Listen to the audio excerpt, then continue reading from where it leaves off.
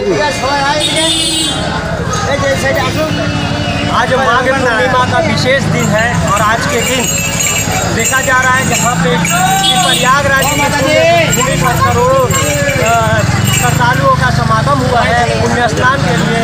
दूसरी तरफ त्रिवेणी संगम पर स्नान हुआ है और अभी हम हैं रिसरा के भांगा घाट में। भांगा घाट माने यहाँ से फेरी सेवाएँ शुरू होती है और इस पार से लोग उस पार उत्तर 24 परगना की तरफ जाते हैं और यहाँ पे सुबह से हजारों की तादाद में जो श्रद्धालु है इस पार से उस पार जा रहे हैं और इनका कहना है कि 3 मूर्ति दर्शन के लिए ये यहाँ पे आए हुए हैं। पहले राधा वल्लभ भगवान जगन्नाथ के दर्शन के बाद अब वो उस पार जा रहे हैं। तो यहाँ पे देख सकते हैं कि प्रशासन की तरफ से भी सुरक्षा की जो है चाक चौबंद व्यवस्था की गई है। यहाँ पे देख सकते हैं प्रशासन ये है सुरक्षा में और नगर पालिका की तरफ से भी विशेष व्यवस्था विभाग में की गई है और पेयजल से लेकर समुचित व्यवस्था यहाँ पे सरकारों के लिए की गई है और पुलिस अधिकारी है, पुलिस कर्मचारी है यहाँ पे सुरक्षा तैनात है। पुलिस वाले घेरा बना के खड़े हैं ताकि इन श्रद्धालुओं को किसी तरह कोई भी असुविधा ना हो। हमारे साथ एक श्रद्धालु है जो कि जानकार है, उनसे जानेंगे कि क्या मान्यता है ये 3 मूर्ति स्नान की और ये लोग क्यों जा रहे हैं 3 मूर्ति स्नान के लिए। কি মান্যতাটা আছে এই 3 মূর্তি আপনারা যে যাচ্ছেন সকাল থেকে দেখতে পাচ্ছি হাজার হাজার মানুষ এখান থেকে এই পার থেকে ওপার যাচ্ছে। তো কি এটা মান্যতা কি বিশেষতা আছে কি এর ইতিহাস আছে? মাঘী পূর্ণিমায় গঙ্গা স্নান করে এই 3 ঠাকুরকে দর্শন করতে হয়। 3 ঠাকুর দর্শন করলে পুণ্য লাভ হয়। কি মান্যতা আছে? পুনর্জন্ম হয় না এই তিনটে ঠাকুর একবারে দর্শন করলে আর পুনর্জন্ম আর হবে না। পুনর্জন্ম হবে না। পুনর্জন্ম হবে না বলতে দেখা যাচ্ছে যে ঈশ্বরের কাছে চলে যাওয়া যাবে। দেখছি কোন কোন 3 ঠাকুর আছে, কোথাকার ঠাকুর আছে? এই 3 ঠাকুর একটা পাথর দিয়ে হয়েছিল, একটা পাথর কেটে 3টে ঠাকুর বানিয়েছিল। এবার এই 3টে ঠাকুরের প্রথম ঠাকুরের নাম হচ্ছে, প্রথম ঠাকুর দর্শন করতে হবে শ্রীরামপুর রাধা বল্লভজি। শ্রীরামপুর রাধা বল্লভজি। দ্বিতীয় খড়দা শ্যামসুন্দর আর তৃতীয় সাইবনের নন্দদোলা। আচ্ছা, নন্দদোলা। এই 3টে ঠাকুরের ভেতরে এই 3টে ঠাকুর দর্শন করতে হবে। আচ্ছা, এটা মানে কী করে জানতে পারলেন যেটা? যে কোনো মন্দিরে আপনি যদি যান তাহলে এটা তাদের কাছ থেকে ভালো বুঝতে পারবেন। আমাদের দর্শকবৃন্দকে যদি বলেন কি কীভাবে মানে কি এর দৃষ্টান্তটা কী আছে, জীবন আগে যেটা করলাম ওটা বলতে হলে আবার 10 মিনিট টাইম লেগে যাবে। আচ্ছা, মানে শর্টে একটু বলুন কী হয়েছিল? শর্টে এই যে পাথর দিয়ে 3টে মূর্তি তৈরি হয়েছিল, এই পাথরটা ছিল মথুরাতে যখন দেবকীর গর্ভে মানে দেবকীর অষ্টম গর্ভের সন্তান যখন কংসকে বধ করবে, এটা কংস জানতে পারে, তখন কংস দেবকীকে আর বসুদেবকে কারাগারে বন্দি করে। কারাগারে বন্দি করলে এক এক করে সন্তান হয় আর এক একটা করে ওই কংস এই পাথরে আসতে ওই সন্তানগুলোকে নিহত করে। এইবার এক এক করে 7টা সন্তান এই পাথরে আসতে মারার পরে অষ্টম গর্ভে ভগবান শ্রীকৃষ্ণের জন্য। এবার সে তো কাহিনী অন্য। এবার যে পাথরটায় ওই কংসকে কংসের দেবকীর যে পুত্রদের মেরেছিল সেই পাথরটা আমাদের রামগিরিতে হুসেন শাহ আমলে 400 লোক দিয়ে ওই পাথরটা উঠলেন রামগিরিতে। রামগিরি মন্দিরের চূড়ায় ওই পাথরটা ছিল। তা এখন একদিন ওই রামগিরিতে হুসেন শাহের স্ত্রী কঠিন রোগ হয়, হলে তা উনি করতে পারেন না। উনি তখন ওই বিছনাসজ্জা হয়ে যায়। তখন কবিরাজ বলল যে আপনার স্ত্রী ভালো হবে 101টা সাধুর রক্ত দিয়ে স্নান করাতে হবে। তা তখন এক এক করে 100টা সাধুকে জোগাড় করতে পেরেছিল আর একটা সাধু জোগাড় হয়নি। তার নিত্যানন্দ প্রভুর পুত্র বীরভদ্র ওখান থেকে যাচ্ছিল। তা তখন ওই বীরভদ্রকে ডেকে বললো যে তোমাকে রাজামশাই ডাকে। তা তখন বীরভদ্র রাজামশাই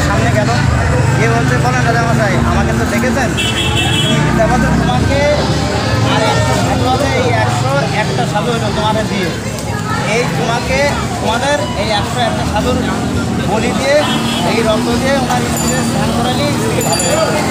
তখন বীরভদ্র বললো যে আপনার স্ত্রী যদি এমনিতেই ভালো হয়ে যায় তাহলে সবাইকে ছেড়ে দেবেন তো? তা বললো হ্যাঁ। তা বলছে তাহলে ঠিক আছে, চলেন আপনার স্ত্রীকে ফিরে। তখন উনি বীরভদ্রকে নিয়ে গেল ভেতরে, নিয়ে গিয়ে তা বলছে কোথায় আপনার স্ত্রী? তা বলছে আমার স্ত্রী ঘরে শুয়ে আছে।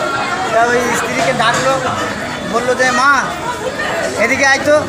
তা তখন ওই স্ত্রী উঠে চলে আসে। যে স্ত্রী 6 মাস উঠতে পারে না সেই স্ত্রী এক ডাকে উঠে চলে আসলো। আসার পরে বলছে এখানে প্রণাম কর, মাথায় হাত দিয়ে প্রণাম করার পরে তখন উনি প্রথম যে বিবাহ করেছিল হুসেন শাহ, তা ওই স্ত্রীর সেই রকম দেখতে হয়ে গেল। এইবার ওই হুসেন শাহকে বললো বীরভদ্র যে তাহলে এবার আপনি আসেন, স্ত্রীর ঘর করেন, সংসার করেন, আমি আসি। তখন ওই হুসেন শাহ বললো যে তোমাকে বলতে গেলে ওদেরকে ছেড়ে দেন, আর যেসব সাধু ধরেছেন তা বলছে ঠিক আছে সবাইকে ছেড়ে দেবো, কিন্তু তোমারও ছাড়বো না। তা বলছে কেন? তা বলছে যে তোমাকে কিছু না দিয়ে, তুমি যে উপকার আমারে করেছো, তোমারে কিছু না দিয়ে আমি ছাড়তে পারবো না। তারপর দেখেন আমি সাধু মানুষ, আমার কিছু দরকার নেই। বলছে না কিছু নিতেই হবে। তা তখন ওই যে পাথরটা মন্দিরের চূড়ায় ছিল, তা বলছে তাহলে যদি ঘুরি দেওয়ার ইচ্ছা হয় তাহলে ওই পাথরটা আমাকে দেয়। তা বলছে ওই পাথর আপনি নিতে পারবেন না, কারণ একার দ্বারাই ওই পাথর নেওয়া সম্ভব না। আমাদের মথুরা থেকে 400 লোক দিয়ে আমি ওই পাথর আনি।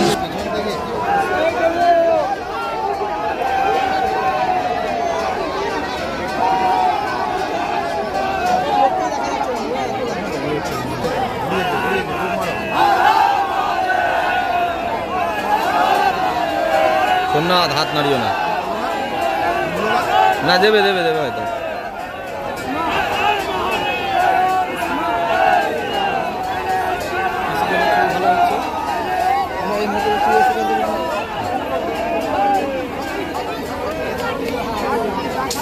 আরে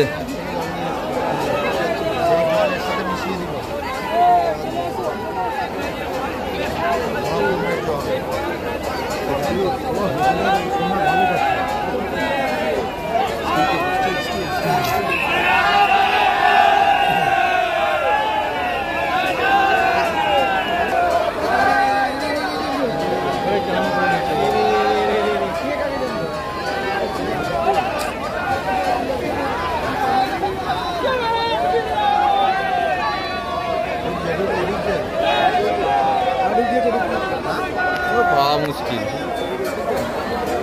সামনে এত জ্যাম করে দিয়েছে ওদের লোকই।